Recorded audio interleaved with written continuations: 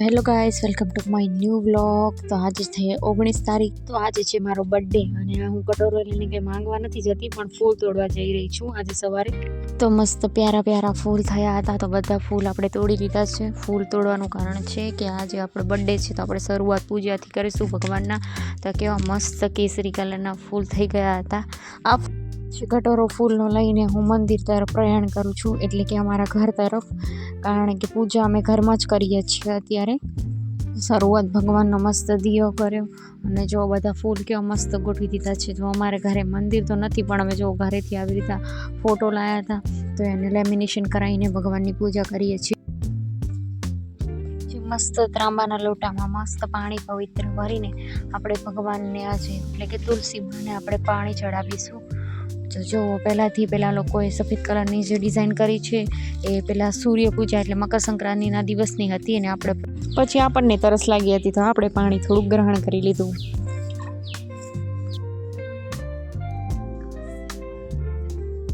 અને હું રેડી થઈને જઈ રહી છું મારા ફ્રેન્ડના ઘરે. આજે એના ઘરે થઈ રહી છે પૂજા. સો આઈ એમ વેરી લકી બિકોઝ મારી ફ્રેન્ડના ઘરે આજે મારો બર્થડે છે અને એના ઘરે આજે પૂજા છે મસ્ત.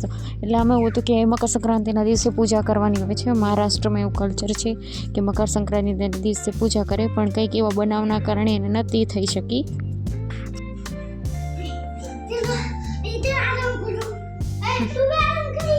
જો હું મારી ફ્રેન્ડના ઘરે પહોંચી જઈ છું અને કંઈક આવા પ્રકારની એ પૂજા કરતી હતી મારી.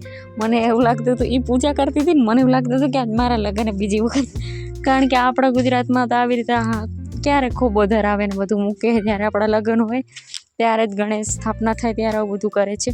પણ કંઈક મહારાષ્ટ્રનું અલગ કલ્ચર છે. તો જ્યારે મકર સંક્રાંતિ હોય છે ત્યારે એ લોકો આવી રીતે આ બધી લેડીઝોને બોલાવે છે, છોકરીઓને અને સ્ત્રીઓને, અને આવી રીતે કંઈક પૂજા કરે છે. જેમાં એને મને મહેંદીનું કોન અને વટાણા આપ્યા હતા. પછી જો એને મને આ નોઝપિન બર્થડે ગિફ્ટ રીતે આપી હતી. અમે બેઠા હતા તો મારા હસબન્ડ કે તું નવરી કેમ બેઠી છે, તો બાજરીના રોટલા આપી દીધા એમને મને ભૂકો કરવા માટે. એમને બાજરીના રોટલાનું ચૂરમું ખાવું હતું, તો ભૂખ લાગી હતી. અને જો હું ચૂરમું બનાવતી હતી ને મારો વિડીયો રેકોર્ડિંગ કરતા હતા. મને તો ખબર નથી કે મારો વિડીયો રેકોર્ડિંગ થાય છે, પણ પછી મને ખબર પડી કે આ તો મને ચૂરમા માટે થઈને વિડીયો રેકોર્ડિંગ કરી લીધું હતું મારું.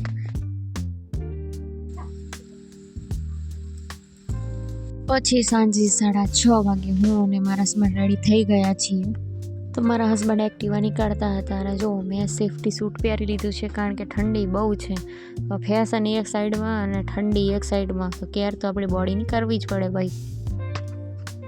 તો અમે હાઈવે પર પહોંચી ગયા છીએ. અમે એક્ટિવા લઈને આજે બહાર જઈ રહ્યા છીએ.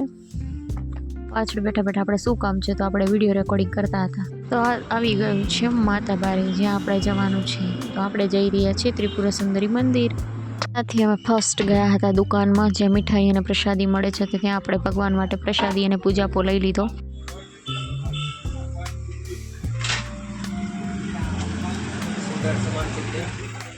ત્યાંથી પૂજાપો લઈને નીકળી પડ્યા છીએ અમે મંદિરની તરફ, સીડીએ ચડતા ચડતા.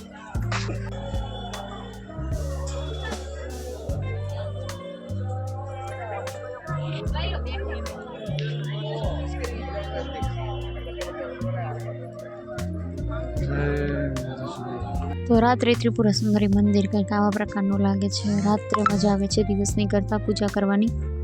આજ મારો બર્થડે હતો અને ભગવાને આપણું સાંભળી લીધું, કારણ કે મોટાભાગે મંદિર બંધ જ હોય છે આપણે જ્યારે આવીએ છીએ ત્યારે. પણ કંઈક ભગવાનના નસીબ હશે કે આપણે એમને જોવાનું નક્કી હશે. તો આજે મંદિર ખુલ્લું હતું, તો આપણે મસ્ત દર્શન થઈ ગયા. પછી આપણે મંદિરની મસ્ત પ્રદક્ષિણા કરી લીધી, દર્શન થઈ ગયા હતા આપણા. તો અહીંયા એવું કહે છે કે જે એક સ્તંભ છે ત્યાં માથું ટેકાવવું જોઈએ, અને આપણી ભગવાનને મનોકામના કેવી જોઈએ તો ભગવાન આપણી જરૂરથી પૂરી કરે છે, એવું અહીંયા કંઈક સત છે, એવું આપણે ગુજરાતી ભાષામાં આપણે કહી શકીએ. તો અમે પણ 4 પિલરથી ભગવાનને દર્શન કરીને અમારી મનોકામના ભગવાનને કહી દીધી હતી. તો જો અમારા હસબન્ડ આગળ જઈ રહ્યા હતા અને હું એમની પાછળ જઈ રહી હતી. આમ તો રેગ્યુલરલી દીવો અને અગરબત્તી થાય છે બધી જગ્યાએ, પણ અહીંયા એવું કહેવાય છે ત્રિપુરામાં કે તમે દેવી હોય તેને તમે મોમબત્તી સળગાવીને માન આપી શકીએ છીએ. તો અમે પણ મોમબત્તી સળગાવી દીધી હતી. અહીંયા જુઓ સીધી મૂક ને.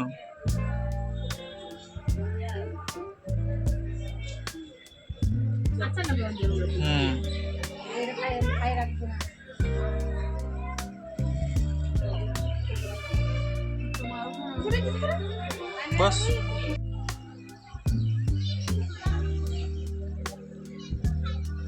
મજા આવે સુંદરી માતા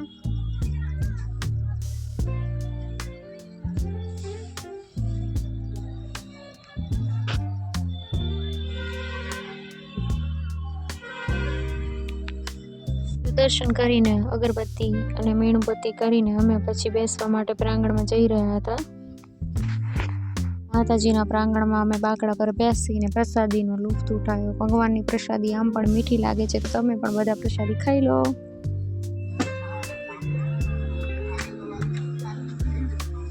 તો આ છે માતાબારીનું રેસ્ટોરન્ટ, જેનું નામ છે સ્નેક્સ બાર.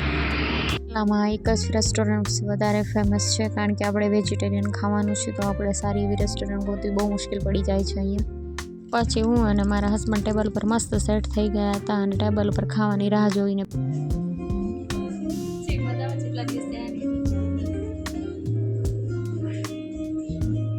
જમવામાં મેં પનીરની સબ્જી અને રોટી મંગાવી હતી. તો જો અમારા હસબન્ડે ખાવાનું ચાલુ કરી દીધું હતું અને મને પણ કહેતા હતા કે વિડીયો બંધ કરીને ખાવાનું ચાલુ કરી દે. જમી ખાઈને મસ્ત ફ્રેશ થઈને હું ને મારા હસબન્ડ નીકળી પડ્યા છીએ ઘર તરફ. અમને થોડું 7-Eleven મોલ દેખાઈ ગયો તો મારા હસબન્ડ કે ચાલ થોડું કરિયાણું લઈ લેવી, કારણ કે હમણાંથી થોડું કરિયાણું પણ પતી ગયું છે ઘર માટે. છે 7-Eleven મોલનું થોડું પ્રિવ્યૂ. અહીંયા બધી જ વસ્તુ કરિયાણાની આપણને મળી રહે છે. મારા હસબન્ડ બિલિંગ કરાવતા હતા અને હું બહાર નીકળી ગઈ હતી, કારણ કે અંદર ભીડ કરવી નકામી હતી, તો આપણે બહાર આવી ગયા. તો થેન્ક યુ સો મચ મને બર્થડે વિશ કરવા માટે બધાને જ, મારા ફેમિલી, ફ્રેન્ડ્સ, રિલેટિવ્સ અને બધાને જ થેન્ક યુ સો મચ. તો બાય બાય.